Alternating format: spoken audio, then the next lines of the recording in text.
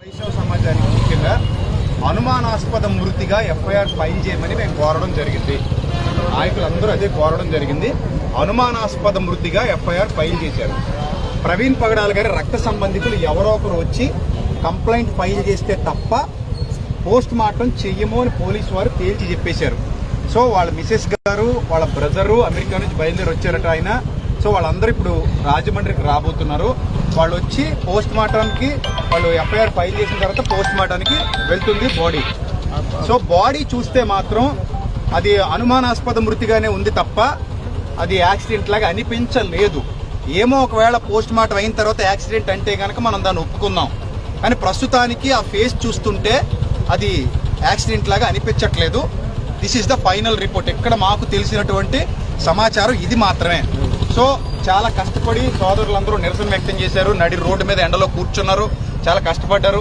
Police వారికి తెలియజేశారు. అలాగే ఏబిఎన్ వారు వచ్చారు, TV9 వారు వచ్చారు, RTV వారు వచ్చారు.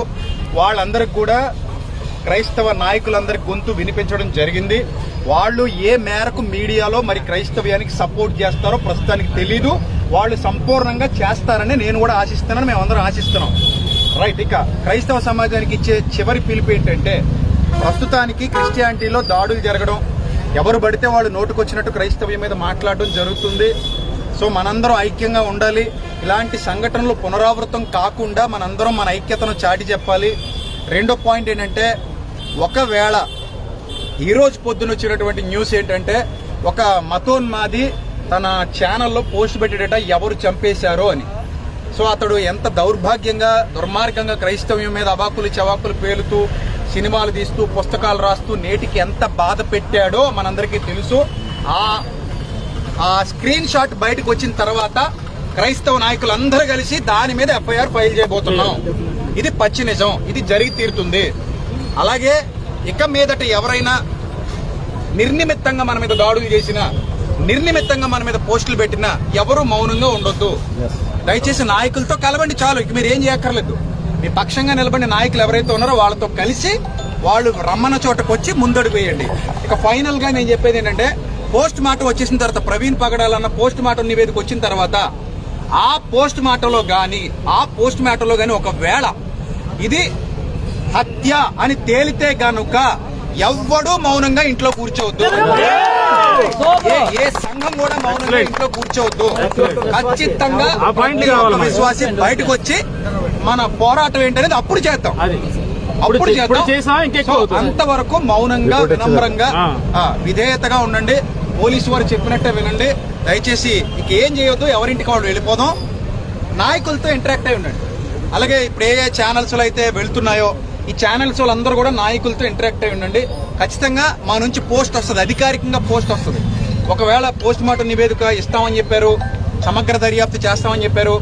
అలాగే ఇప్పటివరకు ఇక్కడ ఉన్నటువంటి గౌడ్ గారు, వీరయ్య గౌడ్ గారు, ఐ థింక్ సిఐ గారు అనుకుంటాను ఆయన, సిఐ వీరయ్య గౌడ్ గారు ఏం చెప్పారంటే, సార్ మా దగ్గర మొత్తం సీసీటీవీ ఫుటేజ్ ఉంది. ఆ సీసీటీవీ ఫుటేజ్ మొత్తం తీసుకొచ్చి మీ నాయకులందరికీ అప్పగిస్తాం. ఆ సీసీటీవీ ఫుటేజ్ లో ఒకవేళ ఏదైనా తేడా ఉంటే క్లూస్ టీం మొత్తం వెళ్తుంది అక్కడికి.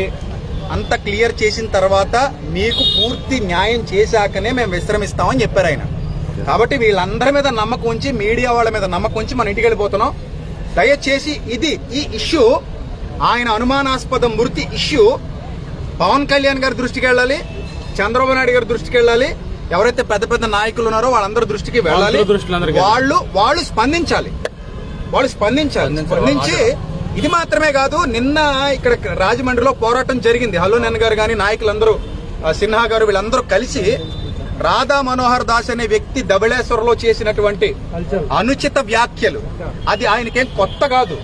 మనకి వినడం పాత అయిపోయింది, ఆయనకి అనడం పాత అయిపోయింది. ఎందుకు ఇన్నాళ్ళు మనం మౌనంగా ఉన్నాం కాబట్టి. నేను అందుకే చెప్పాను, గతంలో కూడా ఒక వీడియో పెట్టి చెప్పాను.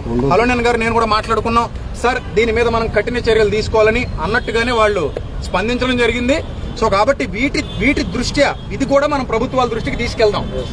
సో మనకి ఏ ఉన్నా అవన్నీ పక్కన పెట్టి ఇక మీదట అందరూ ఐక్యంగా ఉన్నాం, కలిసి పోరాడదాం. We are all one in Christ. మన శిరస్సు క్రీస్తు. మన ఆలోచన అక్కడి నుంచి వచ్చింది కాబట్టి క్రీస్తుని బట్టి మన అందరం ఐక్యంగా ఉండి ఈ ప్రవీణ్ అన్న కుటుంబానికి ముఖ్యంగా ఒక్క మాట చెప్తాను. ఆయనకి 2 ఆడబిడ్డలు, ఇంకొక 2 ఆడబిడ్డలు దత్తత చేసుకున్నారు. ఇంకో 10 మంది పిల్లల్ని ఆయన పోషిస్తున్నారు. ఆయన చాలా మంచి క్యారెక్టర్ కలిగినటువంటి వ్యక్తి. ఎప్పుడూ కూడా ఆయన తన మానవత్వాన్ని కానీ తన మంచితనాన్ని కానీ వదులుకోలేదు. అంత చక్కగా మంచి వక్తగా మంచి డిబేటర్గా రక్షణ టీవీలో ఎంత చక్కటి ప్రసంగాలు చేశారో కూడా మనందరికీ తెలుసు.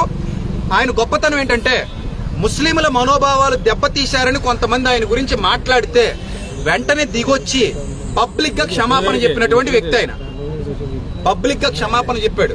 సో అలాంటి మంచి వ్యక్తికి ఈ రోజు ఇలా జరగడం మాత్రం చాలా దారుణం. సో గనుక క్రైస్తవ సమాజం అంతా కుటుంబం కొరకు ప్రార్థన చేయండి, వాళ్ళ ఆదరణ కొరకు ప్రార్థన చేయండి. ఇదే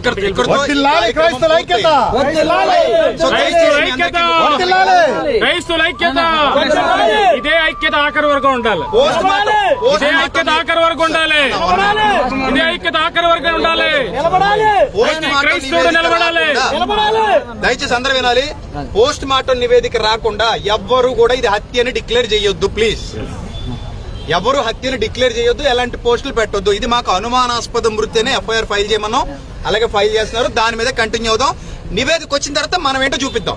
ఒకవేళ తేడాగా ఉంటే మనం ఏంటో చూపిద్దాం. ఓకేనా? సరే, God bless you all, love you all, thank you.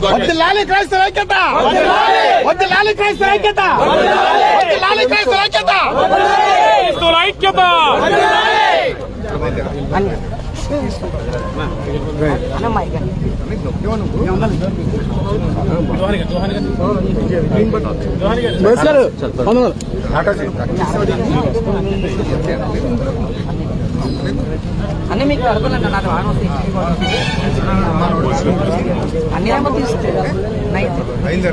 తీసుకున్నాం అంటే బాగున్నారా?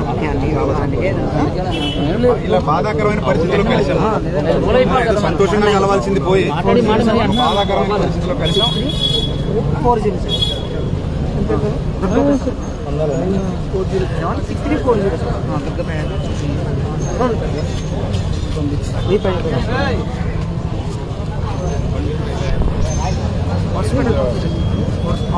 అదే